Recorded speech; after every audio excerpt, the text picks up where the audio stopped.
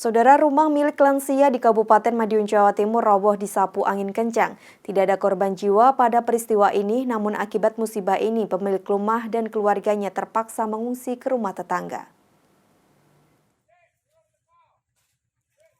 Petugas reaksi cepat BPBD dan tim relawan bersama warga Desa Glonggong, Kecamatan Dlopo, Kabupaten Madiun, Kamis pagi membantu membersihkan puing-puing reruntuhan rumah Suparmi yang roboh akibat diterjang angin kencang.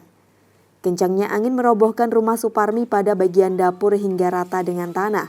Beruntung saat kejadian Suparmi beserta anak dan cucunya berhasil menyelamatkan diri keluar rumah. Langsung ambruk mas mawon enten angin. Oh, enten angin. Lah kula lan enten jahitan iku. Dolan maksudnya mas. Nggih. Di dalam mboten enten tiyang ditimbang nggih. Mboten. Yogane nggih medal. Ya pokoknya anginnya kencang banget, terus tahu-tahu rumah sudah roboh semua. Paling enggak setengah jam. Tidak ada korban jiwa dalam peristiwa ini, namun penghuni rumah mengalami syok berat dan kini harus mengungsi di rumah tetangganya untuk sementara waktu. Dari pemerintah desa mengajukan untuk pembuatan pengajuan RT/LH ke Dinsos sama BPBD.